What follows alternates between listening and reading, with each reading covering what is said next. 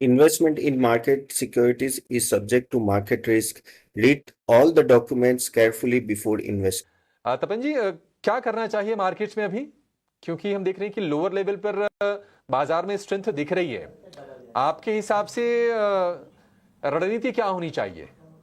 अभिषेक जी, जैसे सुबह हमने डिस्कस किया ना, आई थिंक मिड कैप के तो भी रिजल्ट काफ़ी ठीक ठाक रहे। कल से कुछ दिन से नो अगर आप देखो तो रिजल्ट जैसे नो इटर्नल का आपने देखी तेज़ी देखी और फिर अपने पेटीएम देखा, तो उस तरह से दिख रहा है कि वहाँ काफ़ी हद तक मिड कैप में काफ़ी फोकस हो रहा है।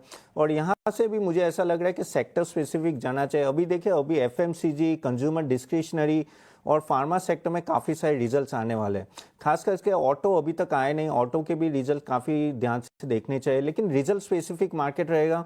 और नो जब तक कुछ कह सकते हैं कि नो इंडिया और यूएस के डील में कुछ होता नहीं, तब तक वो एक बैरियर रहेगा, लेकिन ओवरऑल रिजल्ट बेसिफिक रहेगा। और यहाँ से I think selected NBFC banks, FMCG, consumer discretionary, even आप देखो तो होटल बिजनेस के भी आप कुछ स्टॉक्स देख सकते हैं। लेकिन वो ये कि रिजल्ट आने के बाद डिसीजन लेना चाहिए, पहले मत लीजिए, क्योंकि कभी कुछ सरप्राइजेस भी आ रहे हैं। तो ऑफकोर्स रिजल्ट स्पेसिफिक ही जाना चाहिए यहाँ।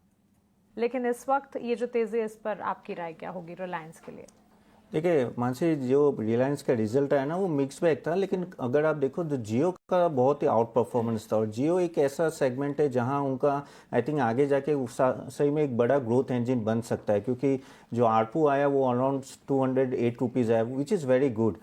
और आगे कैपेक्स की भी बात हो रही है, और प्लस 5G में काफ़ी बड़ा इन्वेस्टमेंट आ रहा है। और यहाँ से भी मुझे लग रहा है कि अगर आप रिलायंस रिटेल की भी बात करें, आई थिंक 250 स्टोर के आसपास लोग ऐड करने वाले हैं, प्लस इन्वेस्टमेंट है, और वो वैल्यू अनलॉकिंग हो सकता है जैसे जैसे आई थिंक रिलायंस रिटेल और जियो दोनों का जब डीमर्जर होता है। तो वो ऑफकोर्स थोड़ा टाइमिंग पीछे हो गया है, लेकिन देखना पड़ेगा एक साल में कब होगा।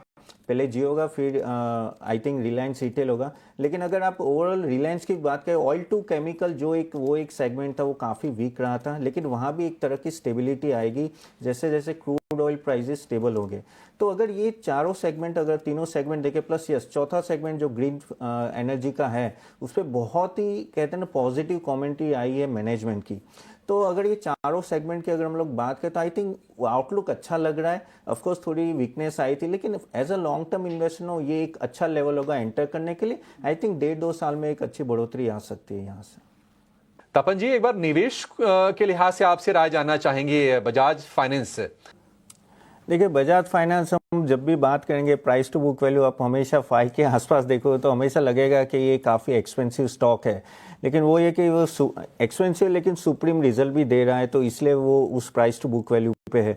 और अगर आप उनके पूरा AUM देखो तो ऑलमोस्ट 4.4 लाख करोड़ के आसपास है। और इस लेवल पे भी इतने बड़े AUM पे 25% पे ग्रोथ करना बहुत बड़ी बात है। यानी they know how to do business, और कह सकते एक अच्छा बिजनेस मॉडल है उनका। और अभी जिस तरह से आप देख रहे हो ना, इंटरेस्ट रेट कट की वजह से कंज्यूमर फाइनेंस और वहाँ काफ़ी अच्छा तेज़ी आएगी यहाँ से भी।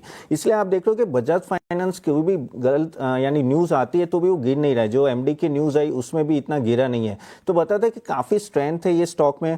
और credit segment, I think credit card segment भी ऑलमोस्ट ना डबल डिजिट में यहाँ से ग्रो हो सकता है। डिजिटल लैंडिंग की एफिशिएंसी काफ़ी वो लोग इंप्रूव करे, और जो राजीव जैन जो वापस आए हैं तो उससे भी मार्केट को है कि चलो सेम आए, 3 साल तक है उनका टेन्योर, नया MD आएंगे बाद में तब देखा जाएगा। लेकिन अभी तो पॉजिटिव सेंस बजाज फाइनेंस के साथ है। तो ये सब देखे तो एक तरह से लग रहा है कि अभी तो परफेक्ट पिक्चर है बजाज फाइनेंस के लिए। और क्योंकि क्रेडिट ग्रोथ बढ़ रहा है और इंटरेस्ट रेट कटा है, वो सब कुछ बजाज फाइनेंस के लिए बेहतर ही रहेगा liquidity point of view. So I think Bajaj finance किसी के पास है तो होल्ड करना चाहिए, और एट ए डिप्स ऑल्सो आप बाई कर सकते हो। MRPL इतना क्यों चल रहा है? जी मानसी, सुबह भी हमने बात की, नतीजे बिल्कुल भी अच्छे नहीं थे। ऑलमोस्ट आप देखें तो अच्छा खासा लॉस आ रहा है।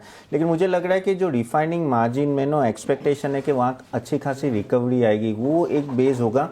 ऑफ कोर्स हमें और थोड़ा डीप में देखना पड़ेगा सडनली इतना स्पर्ट क्यों हुआ है, क्योंकि ये अनयूजुअल है इतना बड़ा स्पर्ट आना किसी भी स्टॉक में, तो कुछ होगा। लेकिन आई थिंक जो गाइडेंस दिया है मैनेजमेंट ने, वो लग रहा है कि उन्होंने बोला कि पोस्ट मेंटेनेंस एक्सपेक्टेशन उनका ये है कि फाइनेंशियल 26 से आगे उनके मार्जिन में काफ़ी सुधार आएगा, और क्रूड जो वॉलीटिलिटी थोड़ी स्टेबिलिटी होगी वहाँ से उनको फ़ायदा होगा।